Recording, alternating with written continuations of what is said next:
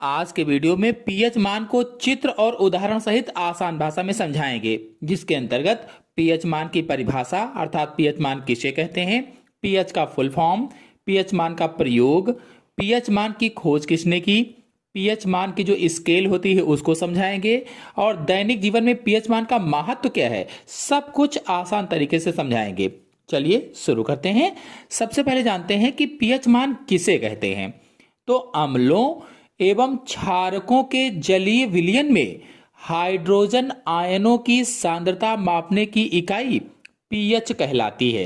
मतलब किसी विलयन की अम्लता या क्षारीयता की माप ही पीएच मान कहलाता है।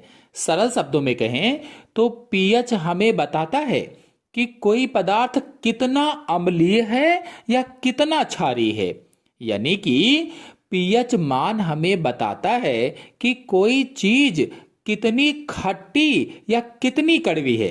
सरल शब्दों में कहें तो पीएच मान हमें बताता है कि कोई चीज कितनी खट्टी, खट्टी मतलब अम्ली, और कितनी कड़वी मतलब क्षारीय है। तो पीएच को पोटेंशियल ऑफ हाइड्रोजन कहते हैं। पीएच का फुल फॉर्म क्या होगा?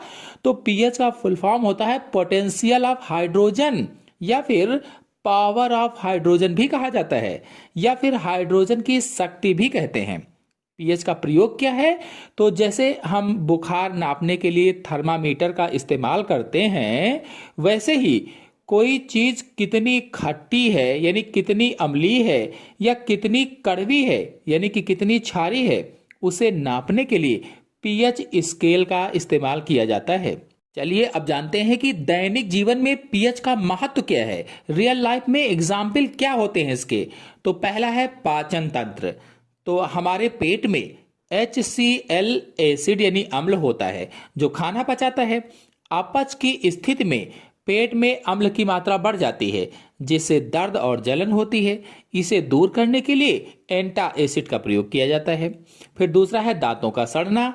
जब हमारे मुंह का पीएच मान 5.5 से कम हो जाता है तो दांतों का इनेमल संक्षारित होने लगता है। भोजन के बाद मुंह साफ करने और क्षारीय दंत मंजन के उपयोग से इसे रोका जा सकता है। यानी हमारे दांत का इनेमल होता है वो खत्म होने लगता है, तो क्या करते हैं, उसके लिए भोजन के बाद सब लोग मंजन करते हैं। फिर अगला है खेती। तो मिट्टी का पीएच सही ना हो तो फसल अच्छी नहीं होती। किसान मिट्टी की जांच करवाकर उसमें खाद या चूना मिलाते हैं। फिर अगला है जीव जंतु। तो मधुमक्खी का डंक एक अम्ल छोड़ता है जिसके कारण दर्द होता है, और डंक मारे गए अंग पर बेकिंग सोडा जैसे दुर्बल क्षार लगाने से राहत मिलती है। चलिए अब आपको बताते हैं कि पीएच मान की खोज किसने की थी। पीएच मान अथवा पीएच स्केल की खोज जैव रसायनज्ञ SPL सोरेनसन ने सन 1909 में की थी। 1909 में की थी। इनका पूरा नाम सोरेन पीटर लॉरिटिज सोरेनसन था, और इन्होंने बताया था कि किसी विलयन की अम्लता या क्षारीयता को मापने के लिए जिस पैमाने का उपयोग किया जाता है उसे पीएच स्केल कहते हैं। इसमें P का अर्थ है पोटेंज यानी शक्ति। यह विलयन में हाइड्रोजन आयन H+ की सांद्रता को दर्शाता है। अब ये जो पीएच स्केल आप देख रहे हैं इसको आपको समझाते हैं। इसमें देखिए, जो पीएच का मान 7 से कम है तो अम्लीय है, अम्लीय प्रकृति होगी। अगर पीएच का मान 7 से कम है तो एसिडिक होगा, अम्लीय प्रकृति होगा। जैसे नींबू का रस है, सिरका है, बैटरी एसिड है आदि। और यदि पीएच का मान 7 के बराबर है तो उदासीन होगा, 7 के बराबर है तो न्यूट्रल होगा, न्यूट्रल, इसीलिए बराबर लिखा गया है। और यदि पीएच का मान 7 से अधिक है तो क्षारीय प्रकृति होगी, जैसे बेकिंग सोडा है, साबुन का पानी है, ब्लीच आदि होते हैं। तो आशा है आपको पीएच के बारे में संपूर्ण जानकारी अच्छी तरीके से समझ में आ गई होगी।